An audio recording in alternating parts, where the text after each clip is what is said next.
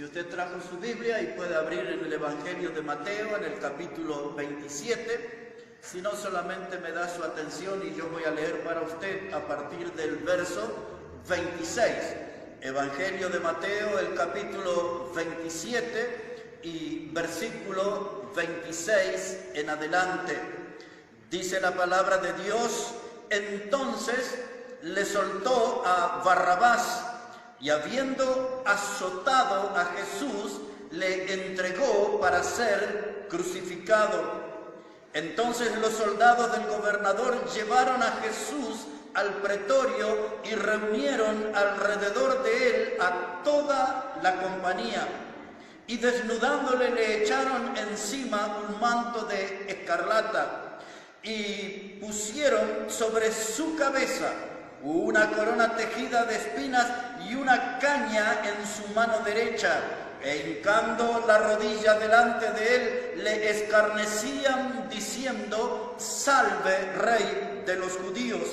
Y escupiendo le tomaban la caña y le golpeaban en la cabeza. Y después de haberle escarnecido, le quitaron el manto, le pusieron sus vestidos y le llevaron para crucificarle. Y cuando salían hallaron a un hombre de Cirene que se llamaba Simón, y a este obligaron a que llevasen la cruz. Una vez más dice el último texto: cuando salían hallaron a un hombre de Cirene que se llamaba Simón, y a este obligaron a que llevase la cruz.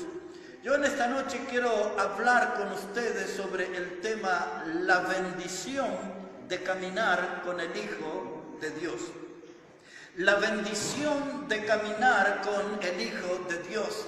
El pasaje nos habla acerca de Simón de Cirene. Esta era una ciudad del norte del África. Por estos días había un edicto, una ley de los romanos, que decía que cada vez que a un soldado romano se cruzara con un judío o descendiente, él podía detenerle y pedirle que le lleve su carga por una milla. Esa carga podían ser armas, podían ser herramientas o podía ser alguna clase de compra que hizo el soldado romano. Como ustedes imaginarán, esto era humillante para un judío. Y esa milla eran 1000 pasos, era lo que sería para nosotros unas 15 a 16 cuadras. Y luego que el judío cumplía con eso, tomaba una estaca, una madera, y la clavaba como señal de decir: he cumplido la ley y no estoy dispuesto a dar ni un paso más. La Biblia enseña que Simón de Cirene venía del campo, hicieron uso de esa ley, y la carga que él tenía que llevar era la cruz de Cristo. Simón no podía identificar quién eran esos 3 hombres que cargaban una cruz. Él vio que esos hombres estaban lastimados. Uno estaba más seriamente y profundamente lastimado. Allí él de pronto toma la cruz del hombre más lastimado y la ponen sobre sus hombros. Y él mira a ese hombre que llevaba la cruz, le mira a los ojos, una mirada profunda, una mirada inolvidable que por el resto de su vida Simón no la iba a poder olvidar. De pronto la sangre de ese hombre toca su vestido, toca su piel, y él comienza a caminar por ese camino que se llamaba la Vía Dolorosa. Simón no sabía que el hombre que caminaba a su lado era el Hijo de Dios. El compañero de ruta, el compañero de milla, era el Hijo de Dios que iba a la cruz a morir por él y por nosotros.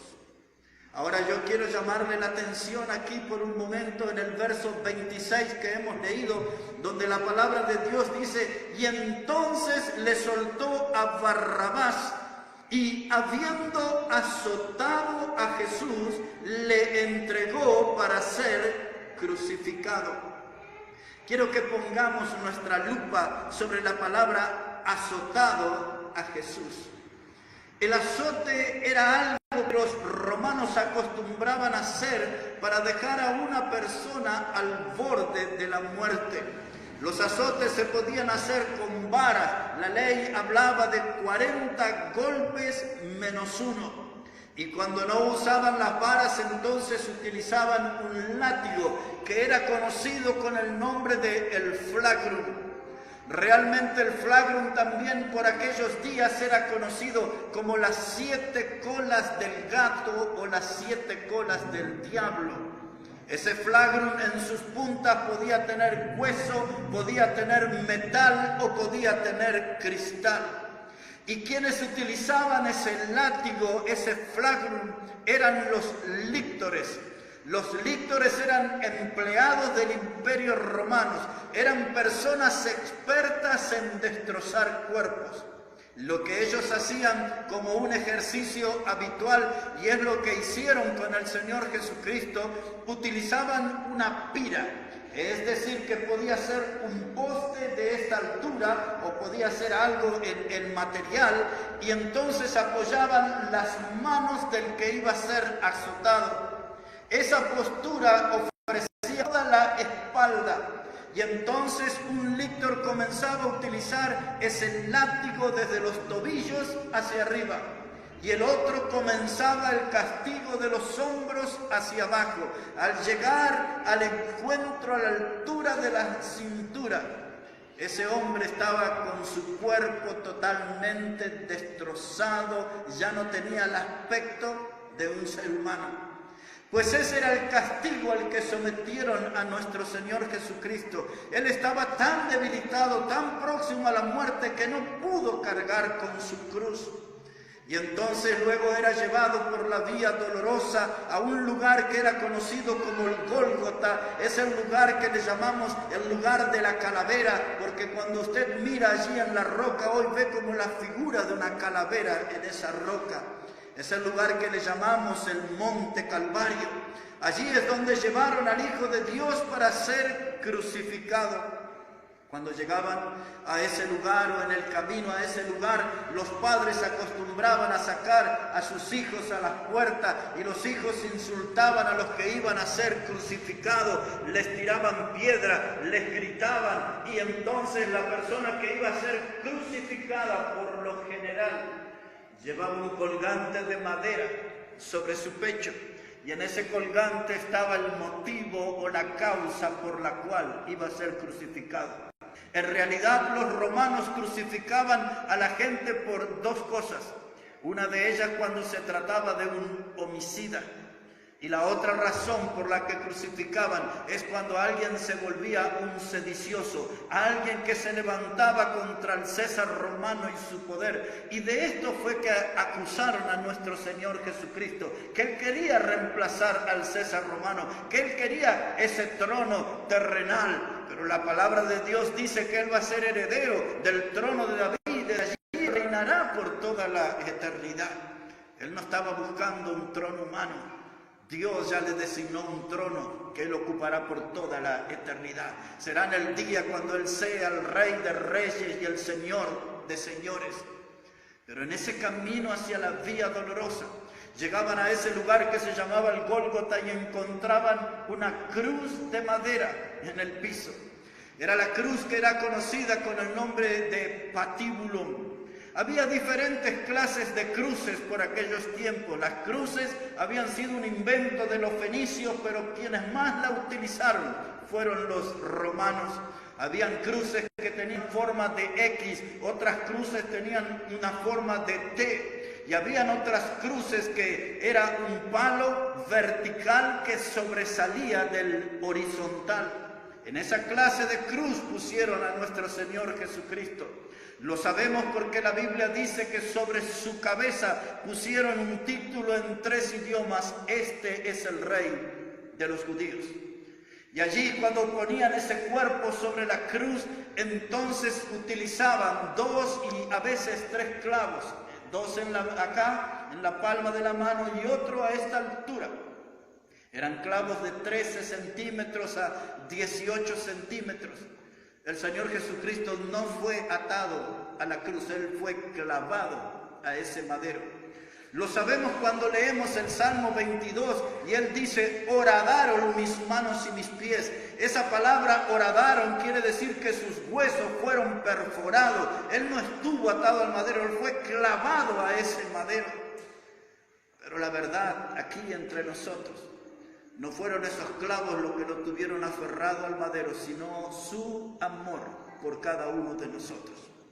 Porque de la muerte de él en esa cruz dependía la salvación de pecadores como nosotros. Y luego que él era clavado allí en ese madero con sogas, subían esa cruz y la hacían caer en un hoyo. Y luego cuando esa cruz caía, ese sacudón que producía, eso abría las manos y abría aquí partes de su brazo, produciendo un dolor inmenso. Una persona en la cruz podía durar pocas horas, podía durar 3 hasta 5 días. Una persona en la cruz podía morir por deshidratación. Una persona en la cruz podía morir por tétano, por la infección que producían los clavos. Las personas en la cruz generalmente morían por causa de un paro cardíaco o un paro respiratorio, y sobre esto mucha gente discute.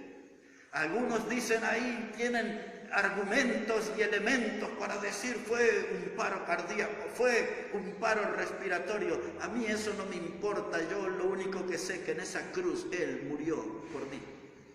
En esa cruz Él murió por mí, murió como el sustituto, murió ocupando mi lugar. Mis pecados me hacían merecedores de ocupar ese lugar en la cruz, pero su amor fue tan grande, tan inmenso, tan sublime, que Él fue a esa cruz y murió por mí. Hace 2000 años atrás el Señor comprendió que iba a haber un pecador como este, que iba a necesitar de un gran Salvador como Él.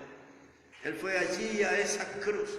Y luego que estaba puesto en la cruz, una persona podía morir siendo devorado por las fieras salvajes que venían por la noche, podía morir por las aves de rapiña, otros también podían morir por las heridas que tenía en su cuerpo y venían todas clases de insectos y se introducían allí. La muerte de cruz era una muerte dolorosa, era una muerte humillante. Era una muerte que era planeada paso por paso para sufrir, para someter al crucificado al dolor más extremo y a la muerte más humillante. Por eso cuando usted lee lo que Pablo escribió a los filipenses, hablando del Señor Jesucristo, dice que Él fue hasta la muerte y muerte de cruz. La muerte más dolorosa, la muerte más cruel, fue la que Él tuvo dispuesto a padecer por amor a nosotros. Allí en esa cruz a veces los romanos hacían un fuego al pie de la cruz para que ese pudiera elevar humo y que el humo dificultara la respiración del crucificado. Muchas veces venían allí frente a esa cruz con un hierro, con un metal. Y cuando querían acelerar la muerte del crucificado, le quebraban los huesos de la pierna para que entonces no pudiera él ponerse así en alto y poder respirar. Cuando las piernas eran quebradas, se aceleraba y rápidamente moría el crucificado. Eso hicieron con los otros dos crucificados, pero la Biblia dice que cuando vinieron a Jesús no pudieron hacerlo, y entonces de la bronca que tuvo el soldado romano, dice que él tomó una lanza y clavó en el cuerpo del Señor, y allí de su cuerpo salió sangre y agua. Es la señal que Él se entregó enteramente por nosotros, sin reserva, hasta la última gota de sangre. Y en eso quiero detenerme en este último minuto. Esa sangre que Él derramó en la cruz es la sangre que las páginas de la Biblia le llaman la sangre preciosa de Jesucristo. Es la sangre que el apóstol Juan escribe en su primera carta diciendo: y la sangre de Cristo nos limpia de todo pecado. Necesitamos nosotros que esa sangre se aplique a nuestra vida. Muchas veces como predicador digo, si tan solo una gota de esa sangre de Cristo tocara mi vida, todo mi pecado sería limpio. Esa sangre no solo tiene poder para limpiar mi pecado.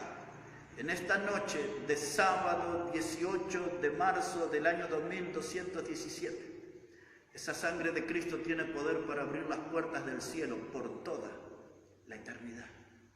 Tiene el poder para salvarlo. Y si usted está aquí en esta noche compartiendo con nosotros, ahora comienza a entender por qué Dios le trajo a esta reunión.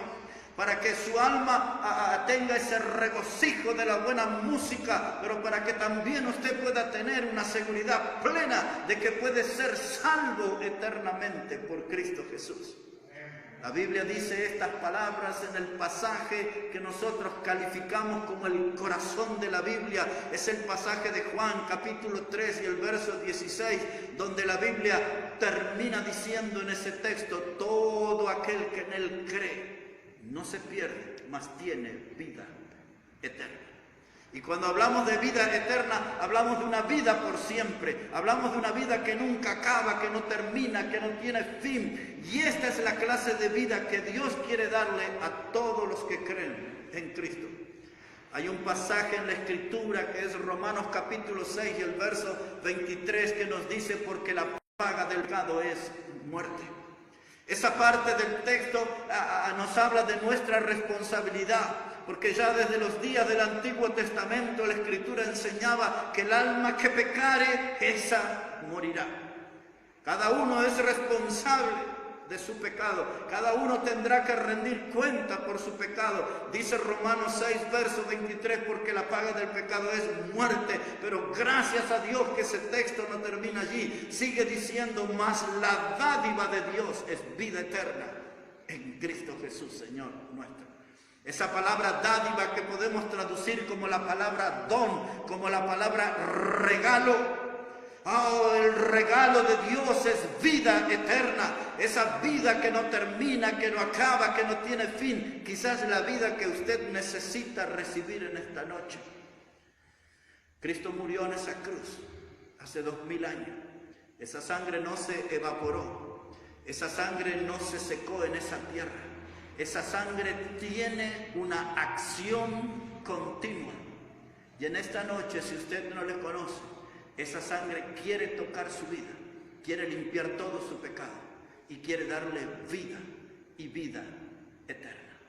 Y nosotros queremos ayudarles a que usted tenga ese encuentro con Cristo. No hay una religión, no hay una denominación, no hay clases de iglesias que le puedan llevar al cielo, pero Jesucristo, el Hijo de Dios, puede llevarle al cielo. La palabra de Dios dice que Él es el camino, la verdad y la vida, y nadie puede ir al Padre si no es por Cristo. Cristo es el camino. Si usted no le conoce, es porque quizás Dios planeó en esta noche especial encontrarse con usted en este lugar y perdonar su pecado y darle una salvación que es eterna, una salvación que solo la puede encontrar en Cristo Jesús. Hoy es un tiempo para meditar y hoy es un tiempo para tomar una decisión. Y quizás usted, como Simón de Cirene, en esta noche pueda experimentar el gran privilegio de caminar junto al Hijo de Dios. No por una parte del camino, sino comenzar en esta noche a caminar con Cristo, el Hijo de Dios, por toda una eternidad.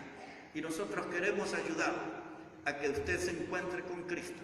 Queremos ser bendición para su vida y que empiece a caminar y disfrutar del gran privilegio de caminar junto al Hijo